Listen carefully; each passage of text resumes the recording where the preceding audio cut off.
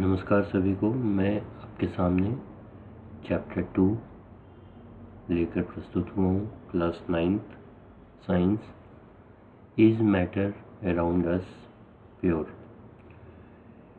इस वीडियो में हम डिस्कस करेंगे important questions related to exam. Chapter 1 is matter around us pure जो वीडियो आप देख रहे हैं, इस वीडियो के डिस्क्रिप्शन में चैप्टर 1 का वीडियो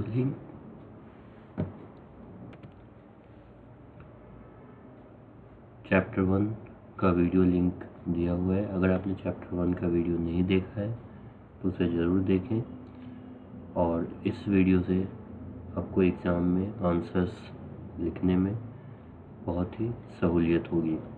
तो चलिए शुरू करते हैं। Chapter 2 is matter around us pure.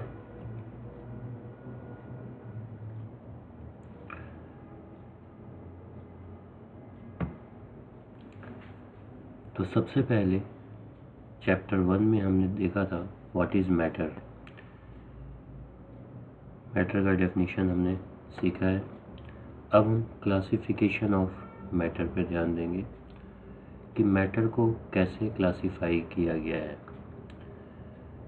तो अगर हम चार्ट को देखें तो मैटर को दो पार्ट में डिवाइड किया गया है, प्योर सब्सटेंसेस और मिक्सचर्स। कोई भी मैटर को आप उठा के देखिए, या तो वो प्योर सब्सटेंस होगा या वो मिक्सचर होगा।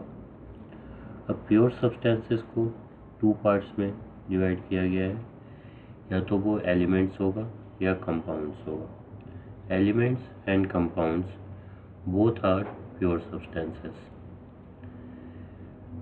अगर हम मिक्सचर्स की बात करें तो मिक्सचर्स भी दो तरह के होते हैं, homogeneous mixture and heterogeneous mixtures.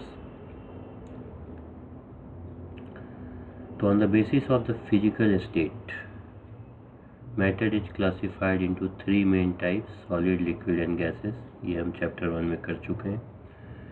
On the basis of chemical composition, matter is classified into two main types। Chemical composition के आधार पे मैटर को टू टाइप्स में डिवाइड किया गया है, pure substances and mixtures. Now pure substances are of two types, elements and compounds. Mixtures are also two types, homogeneous mixtures and heterogeneous mixture। यहाँ पे elements और compound के बीच में difference, homogeneous mixture and heterogeneous mixture के बीच में difference exam में आ सकता है। pure substances and mixtures के बीच में difference आ सकता है। नेक्स्ट हम आगे देखते हैं। जैसा मैंने आपको बताया कि प्योर सब्सटेंस और मिक्सचर के बीच में डिफरेंस का क्वेश्चन आ सकता है। प्योर सब्सटेंस का डेफिनेशन, मिक्सचर का डेफिनेशन, प्योर सब्सटेंस के एग्जांपल, मिक्सचर के एग्जांपल एग्ज़ाम में पूछे जा सकते हैं। प्योर सब्सटेंस क्या होता है? Is a substance which consist of a single type of substance, element और कंपाउंड। प्योर सब्सटेंस में एक ही प्रकार का मैटर होता है, या एलिमेंट या कंपाउंड। एग्जाम्पल इसमें दिया हुआ है, आयरन एलिमेंट है, कॉपर एलिमेंट है, हाइड्रोजन एलिमेंट है, ऑक्सीजन एलिमेंट है, वाटर कंपाउंड है, शुगर कंपाउंड है, कॉमन सॉल्ट कंपाउंड है। कॉमन सॉल्ट का फॉर्मूला होता है NaCl, सोडियम क्लोराइड। तो एलिमेंट हो या कंपाउंड हो, दोनों प्योर सब्सटेंस में आते हैं। Mixtures is a substance which consist of two or more pure substances. To or more pure substances को मिला करके बनता है mixture. Example sea water, minerals, soil, air, sand and salt, sugar, sand and salt, sugar in water, salt in water। तो ये examples हुए mixture के। अब इनके बीच में डिफरेंस क्या होगा? जब भी आपका डिफरेंस वाला क्वेश्चन आता है, डिस्टिंग्विश वाला क्वेश्चन आता है, डिफ्रेंशिएट वाला क्वेश्चन आता है, ये तीनों टर्म सेम है, डिस्टिंग्विश, डिफरेंसेस और डिफ्रेंशिएट। तो आपको टेबल बना करके लिखना है, टेबल बना करके आप लिखेंगे तो आपको बहुत ही आसानी से समझ में आएगा और आपके मार्क्स कटेंगे नहीं। कुछ स्टूडेंट्स क्या करते हैं कि पैराग्राफ फॉर्म में लिख देते हैं, प्योर सब्सटेंस का अलग पैराग्राफ, मिक्सचर का अलग पैराग्राफ, तो उसमें डिस्टिंग्विश नहीं होता है। डिस्टिंग्विश तभी होता है जब आप टेबुलर फॉर्म में लिखेंगे। तो पहला पॉइंट डिफरेंस का क्या है, पहला पॉइंट डिफरेंस का क्या है, pure substances consist of a single type of substance, mixture consist of 2 और more pure substances. Pure substance में एक ही प्रकार का सब्सटेंस होता है और मिक्सचर में 2 या मोर प्योर सब्सटेंसेस होते हैं। Pure substance can not be separated into other substances by physical method. Pure substance को हम सेपरेट नहीं कर सकते हैं क्योंकि वो प्योर है। Mixture can be separated into its component by physical method. Mixture के कंपोनेंट को हम अलग अलग कर सकते हैं।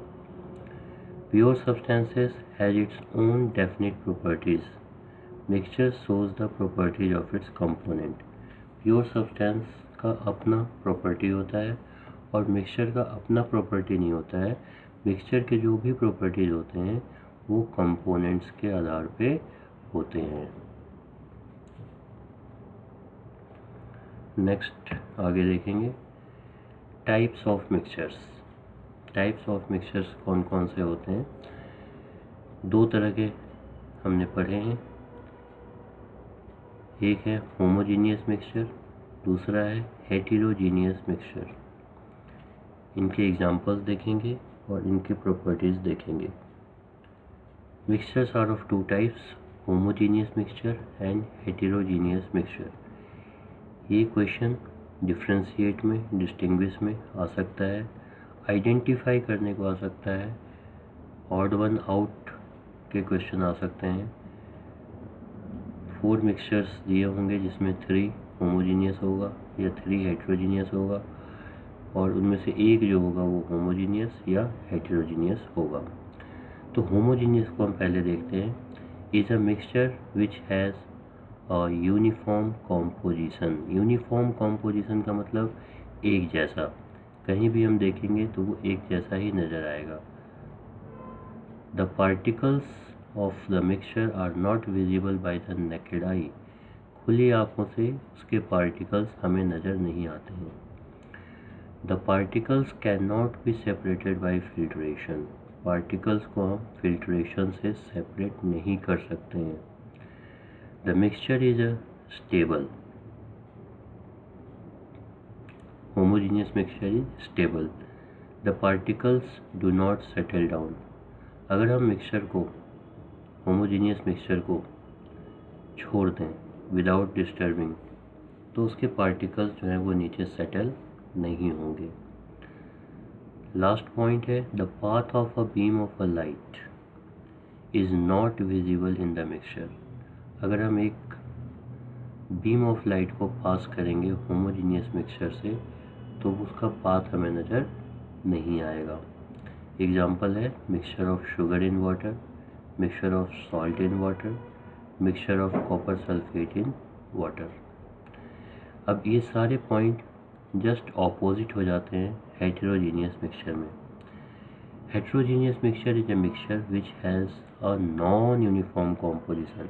यहाँ पे यूनिफॉर्म कॉम्पोजिशन है और यहाँ पे नॉन यूनिफॉर्म कॉम्पोजिशन है। The particles are visible by naked eye.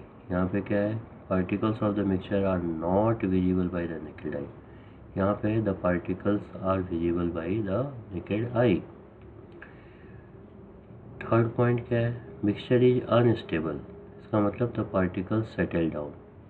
यहाँ पे क्या है, particles do not settle down, तो यहाँ पे हो गया particles settle down. Last point है, the path of a beam of light, the path of a beam of light is not visible in the mixture. तो the path of beam of light is visible in the mixture. ये 4 point आपके difference के हो गए, और एक definition हो गया, 5 पॉइंट हो गए, और एग्जाम्पल 6 पॉइंट हो गए। Homogeneous mixture and heterogeneous mixture के डिफरेंस के 6 पॉइंट। एग्जाम्पल देखेंगे, mixture of salt and sand, mixture of sulphur and iron filings. Iron filings का मतलब होता है आयरन पाउडर, लोहे के बारीक बारीक कण। Mixture of oil and water, जब आप देखेंगे mixture of oil and water को, तो ऑयल जो होता है वो वाटर के ऊपर आ जाता है और वाटर नीचे रह जाता है। तो हम खुली आंखों से देख सकते हैं कि हाँ, ये ऑयल का लेयर है और ये वाटर का लेयर है।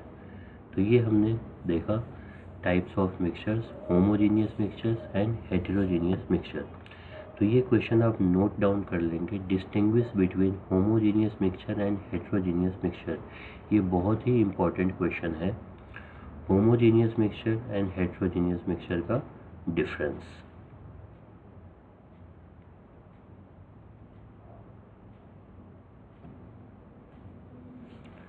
नेक्स्ट हमारे सामने है ट्रू सॉल्यूशन। ट्रू सॉल्यूशन का डेफिनेशन, ट्रू सॉल्यूशन के एग्जांपल और ट्रू सॉल्यूशन के properties.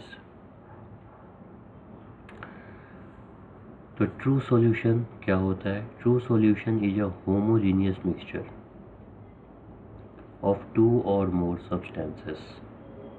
Homogeneous mixture of 2 or more substances. A solution has a solvent and solute as its component. Solution के दो पार्ट होते हैं, एक होता है सॉल्वेंट और एक होता है सॉल्यूट। जैसे अगर हम एक गिलास पानी में 1 टेबल स्पून फुल शुगर डालते हैं तो 1 टीस्पून फुल शुगर सॉल्यूट कहलाएगा, और जो 1 ग्लास ऑफ वाटर है वो सॉल्वेंट कहलाएगा। The component in the larger amount is the solvent and the component is in the lesser amount is the solute.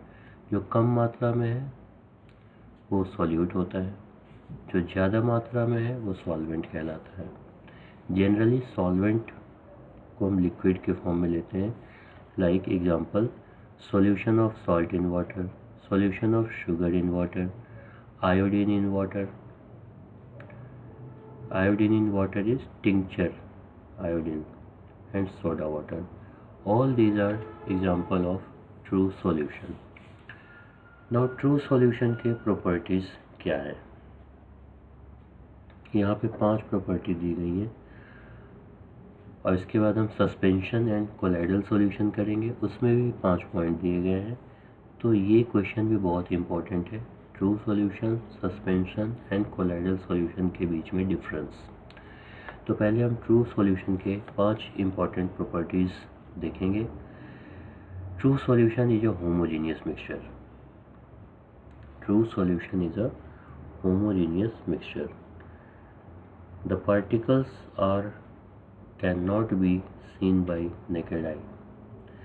The solute particles cannot be separated by filtration.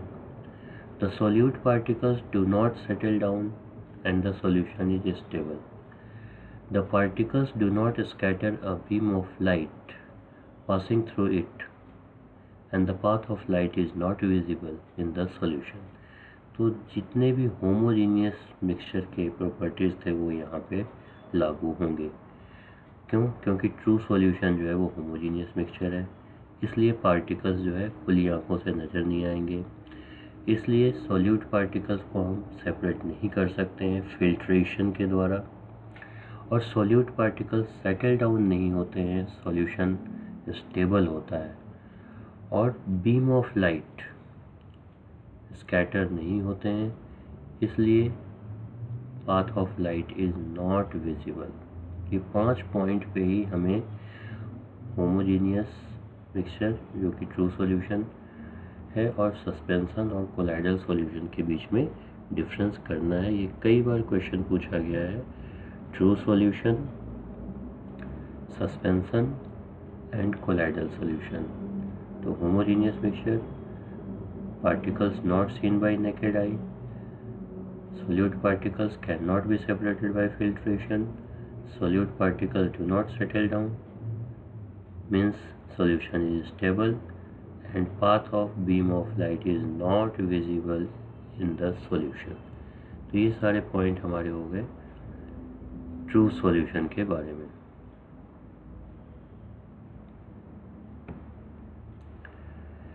Next solution जो हमारे सामने है वो है colloidal solution. अब जो हमने true solution के बारे में पढ़ा है उन सारे पॉइंट्स को हमें ध्यान में रखना है, तब हम कोलाइडल सॉल्यूशन को कंपेयर कर सकते हैं और इनका सीक्वेंस हमें ध्यान में रखना है। ट्रू सॉल्यूशन, कोलाइडल सॉल्यूशन, उसके बाद सस्पेंशन। पहले ट्रू सॉल्यूशन, फिर कोलाइडल सॉल्यूशन, फिर सस्पेंशन। तो कोलाइडल सॉल्यूशन का डेफिनेशन है कि colloidal solution is a heterogeneous mixture of two or more substances. और ट्रू सॉल्यूशन क्या था? Homogeneous mixture of two or more substances. पहला डिफरेंस तो यही हो गया कि वो होमोजीनियस मिक्सचर है, ये हेटेरोजीनियस मिक्सचर है। इसके एग्जांपल है स्टार्च इन वाटर। इसके एग्जांपल्स बहुत इंपॉर्टेंट है, ये ध्यान दीजिएगा। Mixture of egg albumin in water, milk, air containing dust and smoke. Milk colloidal solution है। अब इनके प्रॉपर्टीज़ क्या होते हैं, यहाँ पे भी देखिए 5 प्रॉपर्टीज़ हैं। ट्रू सॉल्यूशन में भी हमने 5 प्रॉपर्टीज़ पढ़े थे। तो colloidal solution is a heterogeneous mixture, definition में हमने देख लिया। Particles can not be seen by naked eye, ली आंखों से इसके पार्टिकल्स हमें नज़र नहीं आते हैं। Solute particles can not be separated by filtration, same as true solution. Solute particles do not settle down and the solution is stable, same as true solution. The particles scatter a beam of light passing through it and the path of light is visible. तो इसके बीच में जो difference है वो mainly first point and fifth point है।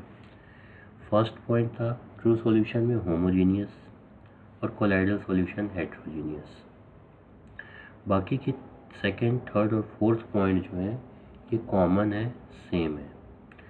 Last point difference का है कि the particles scatter a beam of light passing through it and the path of light is visible in the solution. और true solution में क्या था?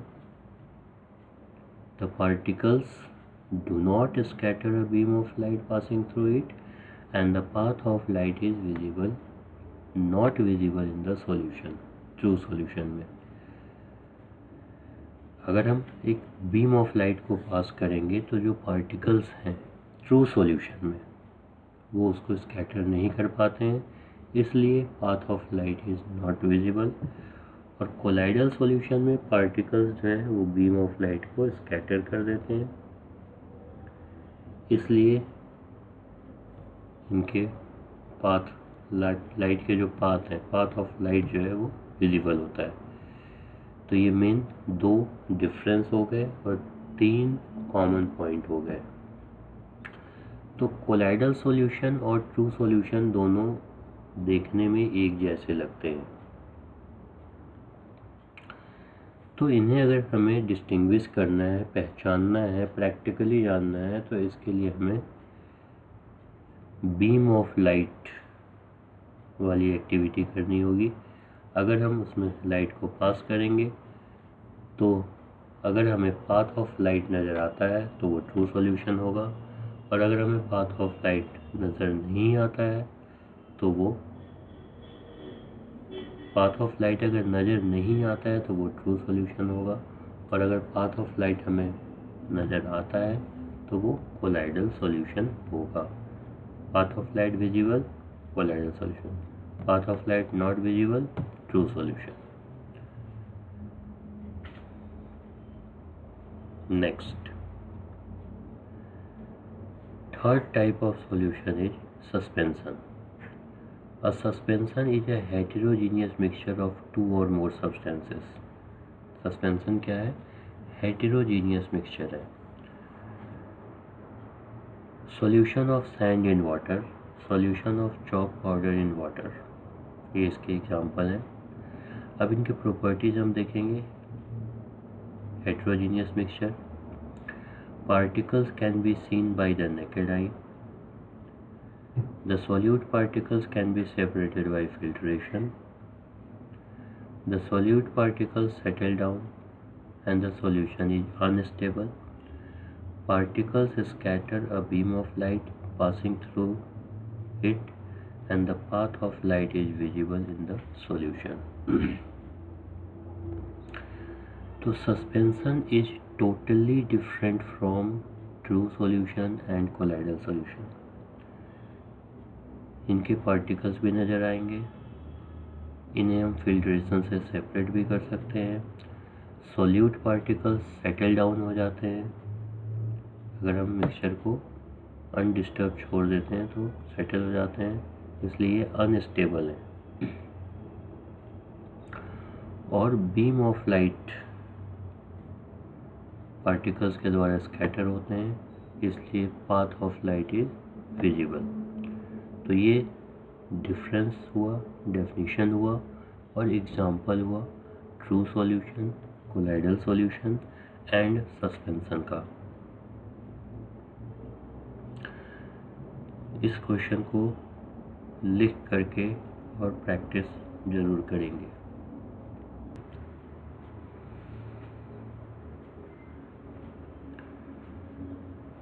Now you can see here suspension. Solute particles can be separated by filtration.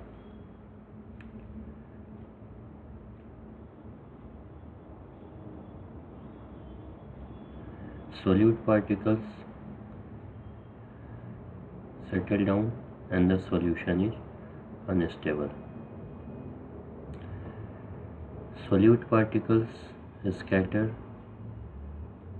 light and the path of light is visible.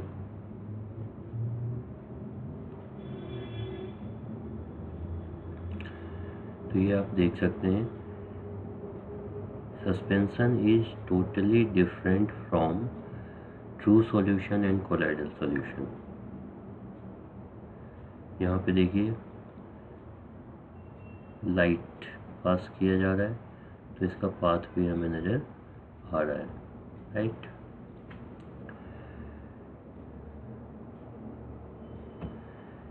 Next important point है Tyndall effect.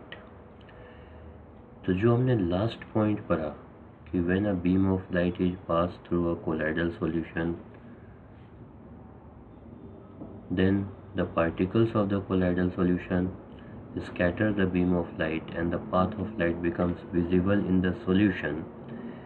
This effect is called Tyndall effect. This effect is called Tyndall effect. Tyndall effect can also be seen when light enters a room through a small hole due to scattering of light by the dust and smoke particles. Tyndall effect can be seen in dense forest due to scattering of light by water droplets in the mist. So all these are examples, Tyndall effect examples. So colloidal solution scatter the beam of light so the path of light is visible.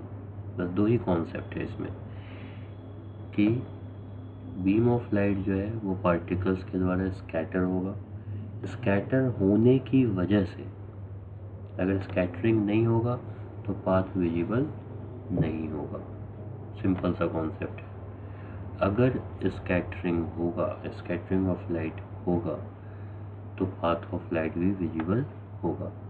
अगर scattering of light नहीं होगा तो path of light भी visible नहीं होगा. बहुत simple सी बात है. यहाँ पे आप देख सकते हैं All these are the Tyndall effect.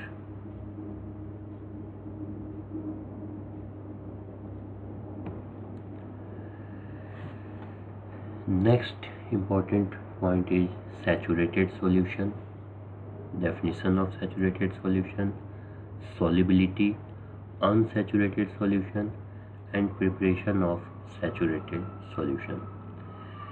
तो सबसे पहले हम देखते हैं सैचुरेटेड सॉल्यूशन क्या होता है। Saturated solution is a solution which can not dissolve any more of a solute at a given temperature. Saturated solution is a solution which cannot dissolve any more of a solute at a given temperature. जब कोई भी solute dissolve नहीं होता है तो हम उस solution को saturated solution कहेंगे। No more solute, और ज़्यादा अगर solute add नहीं होगा तो वो saturated solution कहलाएगा at a given temperature। अब solubility क्या है? Solubility of a substance is the amount of solute present in a saturated solution of the substance. Saturated solution में solute की मात्रा कितनी है, solute कितना उसमें dissolve है saturated solution में, वो उसकी solubility कहलाएगी। अनसैचुरेटेड सॉल्यूशन सैचुरेटेड सॉल्यूशन के अपोजिट में होता है, जिसमें और सॉल्यूट ऐड हो सकते हैं एट अ गिवन टेम्परेचर। अगर सॉल्यूट और ऐड हो सकते हैं तो अनसैचुरेटेड, अगर सॉल्यूट और ऐड नहीं हो सकते हैं तो वो सैचुरेटेड सॉल्यूशन। अब सैचुरेटेड सॉल्यूशन को हम कैसे प्रिपेयर करेंगे, ये एक यहाँ पे एक्टिविटी दिया हुआ है, इसे हम देखेंगे। Take 50 ml of water in 2 beakers। 50 ml water लेना है 2 beakers में। Add salt in 1 beaker with continuous stirring। उसे मिलाते जाना है till no more salt dissolves in it। Similarly add sugar in other beaker with continuous stirring till no more sugar dissolves in it। We get saturated solution of salt and sugar। If the mixtures are heated, it dissolves some more of the solute। The solubility of different substances are different। Solubility of substances varies with the temperature। तो यहाँ पे saturated solution and unsaturated solution का definition दोनों का difference आ सकता है, तो इसे ध्यान से करेंगे, बहुत ही interesting question है। Next, कंसंट्रेशन ऑफ सॉल्यूशन क्या होता है? Concentration of a solution is the amount of solute present in a given amount of solvent और सॉल्यूशन। इसका फॉर्मूला याद रखेंगे तो समझ में आएगा। Concentration of a solution, amount of solute upon amount of solvent, और amount of solute upon amount of solution, दोनों फॉर्मूला आप लगा सकते हैं। ऊपर में अमाउंट ऑफ सॉल्यूट, नीचे में सॉल्वेंट या solution. The concentration of solution can be expressed as mass by mass percentage और मास बाई वॉल्यूम परसेंटेज। तो अगर हम mass by mass percentage of a solution निकालेंगे तो mass of solute by solution लिखेंगे, और अगर मास बाई वॉल्यूम परसेंटेज निकालेंगे तो mass of solute upon volume of solution लिखेंगे इंटू 100। जहाँ भी परसेंटेज निकालना है तो इंटू 100 कर देंगे। तो इसके बेस पे न्यूमेरिकल एग्ज़ाम में आते हैं। इनके न्यूमेरिकल जो NCERT बुक में दिए हैं उसे आप ज़रूर करें। तो आपको ये ध्यान रखना है कि मास ऑफ सॉल्यूट जो है वो ऊपर रहेगा और मास ऑफ सॉल्यूशन नीचे रहेगा। तो ये हो गया मास बाई मास परसेंटेज। अगर वॉल्यूम परसेंटेज पूछ रहे हैं तो मास ऑफ सॉल्यूट ऊपर होगा और वॉल्यूम ऑफ सॉल्यूशन नीचे होगा। बहुत ही सिंपल सा कॉन्सेप्ट है, ये आपको समझ में आ जाएगा।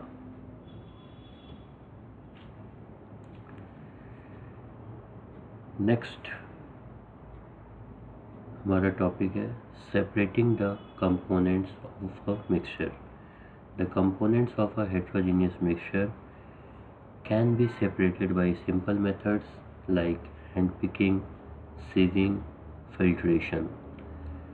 Some special techniques are used to separate components of mixtures like evaporation, centrifugation, decantation, sublimation, centrifugation, chromatography, distillation and fractional distillation.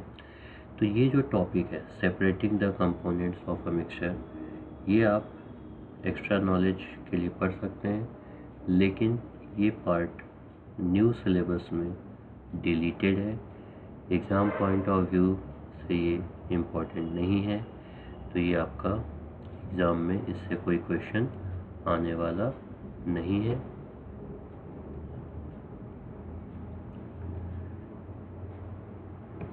तो यहाँ पे आप देख सकते हैं evaporation, centrifugation, decantation,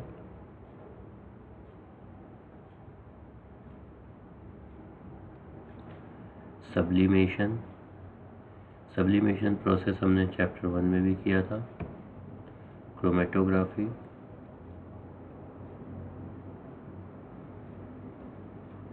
fractional distillation,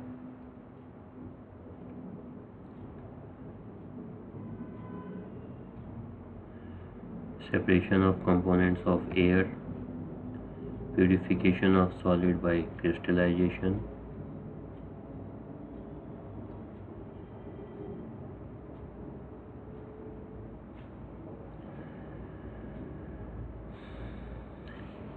ये आप कर सकते हैं। Types of pure substances. Pure substances 2 types के हैं, हमने शुरू में ही किया है। Elements, the basic form of matter which can not be broken down. अब एलिमेंट क्या है? Basic form of matter which can not be broken down into simpler substances by chemical reactions. Elements are of 3 types, metals, non metals and metalloids. ये आपके syllabus में है। तो जिस तरह से कोई वर्ड है, एक एग्जांपल आप देखिए, जैसे यहाँ पे हमने वर्ड लिखा है प्योर, PURE, तो आप ये कंपेयर कर सकते हैं कि जो अल्फ़ाबेट्स हैं 26 अल्फ़ाबेट्स, ये हमारे एलिमेंट की तरह होते हैं। इनको हम जोड़ करके वर्ड बनाते हैं, वर्ड को जोड़ करके हम सेंटेंस बनाते हैं। तो वर्ड को हम ब्रेक कर सकते हैं अल्फ़ाबेट में, लेकिन अल्फ़ाबेट को हम ब्रेक नहीं कर सकते हैं। तो उसी तरह से एलिमेंट जो होते हैं वो बेसिक फॉर्म ऑफ मैटर होते हैं, जो फर्दर ब्रेक डाउन नहीं होते हैं सिंपल केमिकल रिएक्शन के द्वारा। अब मेटल्स के प्रॉपर्टीज़ यहाँ दिए गए हैं। मेटल लस्टर होते हैं, चमकदार होते हैं, मैलिएबल होते हैं, यानी उसका शीट बनाया जा सकता है। डक्टाइल होते हैं, यानी उनका वायर बनाया जा सकता है। Good conductor of heat and electricity होते हैं। सोनोरस होते हैं, साउंड प्रोड्यूस करते हैं। Iron, aluminium, zinc, mercury, copper, silver, gold. Non metal just opposite होते हैं, इनके लस्टर नहीं होते हैं, चमकदार नहीं होते हैं, मैलिएबल नहीं होते हैं, डक्टाइल नहीं होते हैं। Poor conductor of heat and electricity होते हैं। सोनोरस नहीं होते हैं। इनके एग्जांपल हैं हाइड्रोजन, ऑक्सीजन, नाइट्रोजन। तो ये इनके नाम में EN लगा होता है, hydrogen, oxygen, nitrogen, iodine, carbon, sulphur, phosphorus. इसके बाद आते हैं मेटलॉइड्स। ये सब प्योर सब्सटेंस के टाइप्स हैं। Metalloids are elements which show some properties of metals and some properties of non metal. ये मेटल और नॉन मेटल के बीच में आते हैं, तो ये दोनों का प्रॉपर्टी शो करते हैं। इनके एग्जांपल हैं बोरॉन, सिलिकॉन एंड जर्मेनियम। तो यहाँ पे डिफ्रेंशिएट करने को भी आ सकता है metal, non metal and metalloids, और इनके एग्जांपल्स भी आपसे पूछे जा सकते हैं।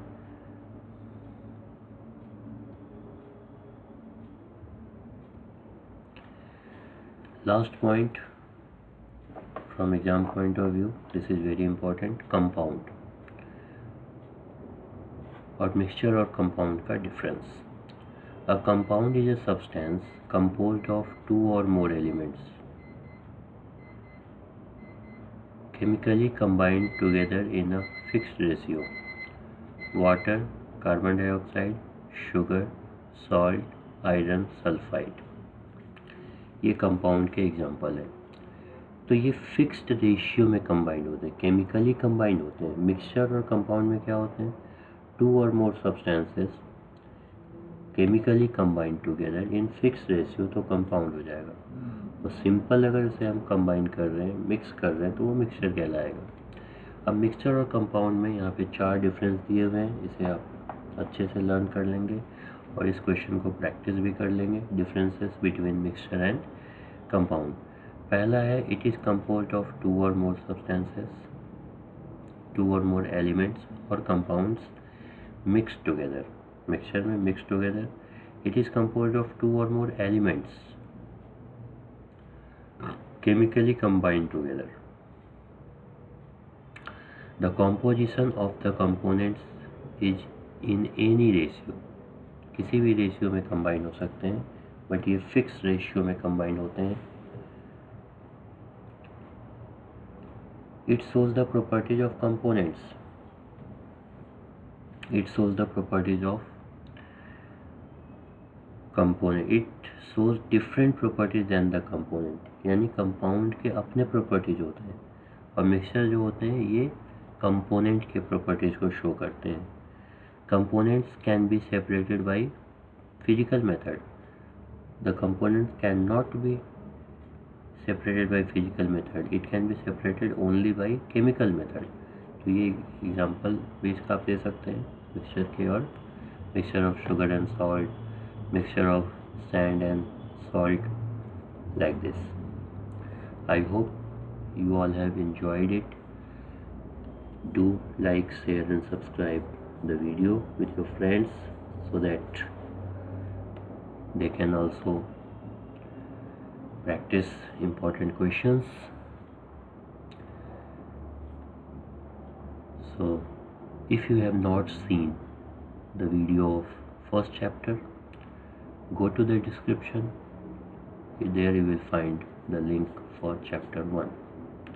So thank you all, enjoy learning, do study, do practice NCERT book questions and the numericals given in the book. Thank you all, take care, bye.